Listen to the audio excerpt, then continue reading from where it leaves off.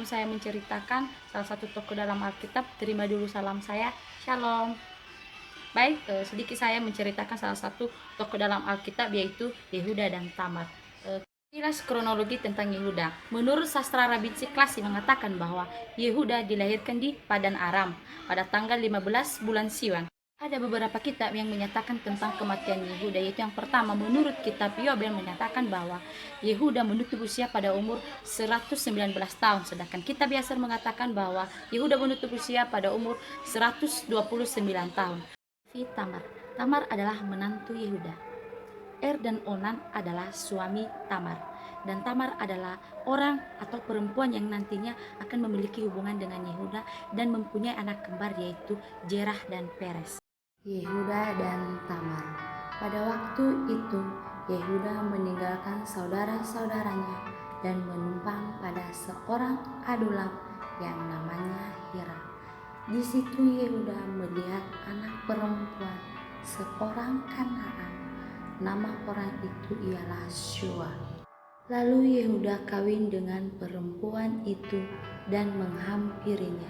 Kejadian pasal 38 ayat 1 sampai 2. Perempuan itu mengandung lalu melahirkan seorang anak laki-laki dan menamai anak itu Sesudah itu perempuan itu mengandung lagi lalu melahirkan seorang anak laki-laki dan menamai anak itu Onan. Kemudian perempuan itu melahirkan seorang anak laki-laki sekali lagi dan menamai anak itu Shelah.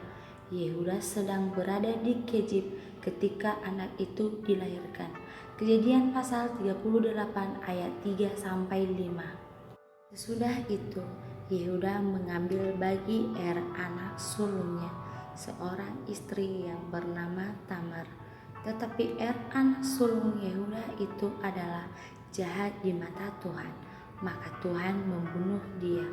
Lalu berkatalah Yehuda kepada Onan, hampirilah istri kakakmu itu, kawinlah dengan dia sebagai ganti kakakmu, dan bangkitkanlah keturunan bagi kakakmu. Kejadian pasal 38 ayat 6 sampai 8.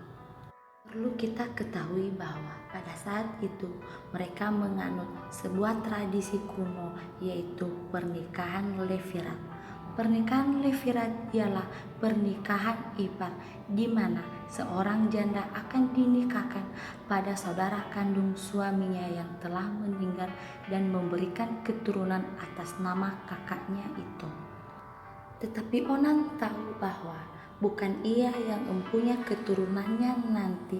Sebab itu, setiap kali ia menghampiri istri kakaknya, ia membiarkan maninya terbuang supaya ia jangan memberikan keturunan kepada kakaknya. Tetapi yang dilakukannya itu adalah jahat di mata Tuhan, maka Tuhan membunuh dia juga. Kejadian pasal 38 ayat 9 sampai 10.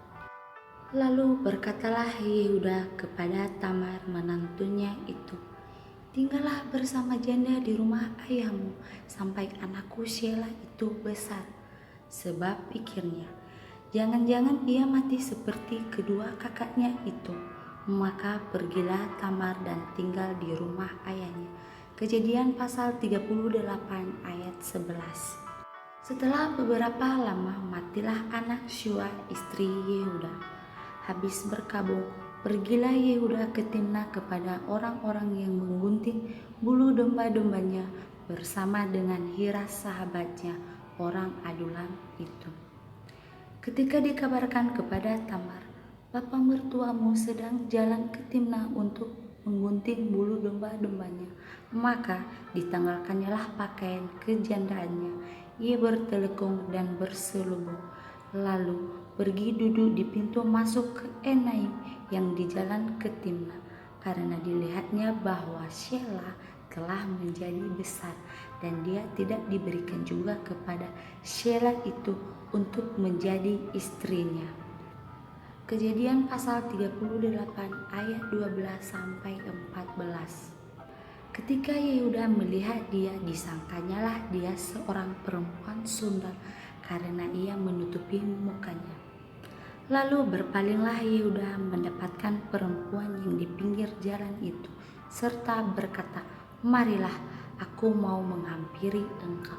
Sebab ia tidak tahu bahwa perempuan itu menantunya. Tanya perempuan itu, "Apakah yang akan kau berikan kepadaku jika engkau menghampiri aku?" Jawabnya, "Aku akan mengirimkan kepadamu seekor anak kambing dari kambing dombaku." Kata perempuan itu, "Asal engkau memberikan tanggungannya sampai engkau memberikannya kepadaku." Kejadian pasal 38 ayat 15 sampai 17. Tanyanya, "Apakah tanggungan yang harus kuberikan kepadamu?" Jawab perempuan itu, "Cap materaimu serta kalungmu dan tongkat yang ada di tanganmu itu." Lalu diberikannya semua itu kepadanya, maka ia menghampirinya. Perempuan itu mengandung anak daripadanya. Kejadian pasal 38 ayat 18. Bangunlah perempuan itu lalu pergi. Ditanggalkannya telekungnya dan dikenakannya pula pakaian kejandaannya. Adapun Yehuda, ia mengirimkan anak kambing itu dengan perantara sahabatnya, orang Adulam itu, untuk mengambil kembali tanggungannya dari tangan perempuan itu. Tetapi perempuan itu tidak dijumpainya lagi. Ia bertanya-tanya di tempat tinggal perempuan itu, "Di manakah perempuan jalang yang duduk tadinya di pinggir jalan di Enaim itu?" Jawab mereka, "Tidak ada di sini perempuan jalang." Kembalilah ia kepada Yehuda dan berkata, "Tidak ada kujumpai dia." Dan juga orang-orang di tempat itu berkata, "Tidak ada perempuan jalang di sini." Lalu berkatalah Yehuda, "Biarlah barang-barang itu dipegangnya, supaya kita jangan menjadi buah olok-olok orang. Sungguhkanlah anak kambing itu telah kukirimkan, tetapi engkau tidak menjumpai perempuan itu." Kejadian pasal 38 ayat 19 sampai dengan 23. Sesudah kira-kira 3 bulan dikabarkan kepada Yehuda, "Tamar menantumu bersundal," bahwa telah mengandung dari persundalannya itu. Lalu kata Yehuda, "Bawalah perempuan itu supaya dibakar." Waktu dibawa, perempuan itu menyuruh orang kepada mertuanya mengatakan, "Dari laki-laki inilah yang empunya barang ini, dan darinyalah aku mengandung." Juga dikatakannya, "Periksalah siapa yang empunya cap materai serta kalung dan tongkat ini." Yehuda memeriksa barang-barang itu lalu berkata, "Bukan aku, tetapi perempuan itulah yang benar, karena memang aku tidak memberikan dia kepada Shelah anakku." Dan ia tidak bersetubuh lagi dengan perempuan itu. Kejadian pasal 38 ayat 24 sampai dengan 26. Pada waktu perempuan itu hendak bersalin, nyatalah ada anak kembar dalam kandungannya.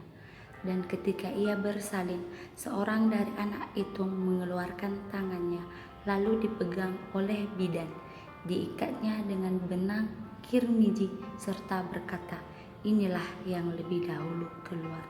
Ketika anak itu menarik tangannya kembali, keluarlah saudaranya laki-laki, dan bidan itu berkata, "Alangkah kuatnya engkau menembus keluar." Maka anak itu dinamai Peres. Sesudah itu keluarlah saudaranya laki-laki yang tangannya telah berikat benang kirmiji itu, lalu kepadanya diberi nama Jerah. Kejadian pasal 38 ayat 28 sampai dengan 30.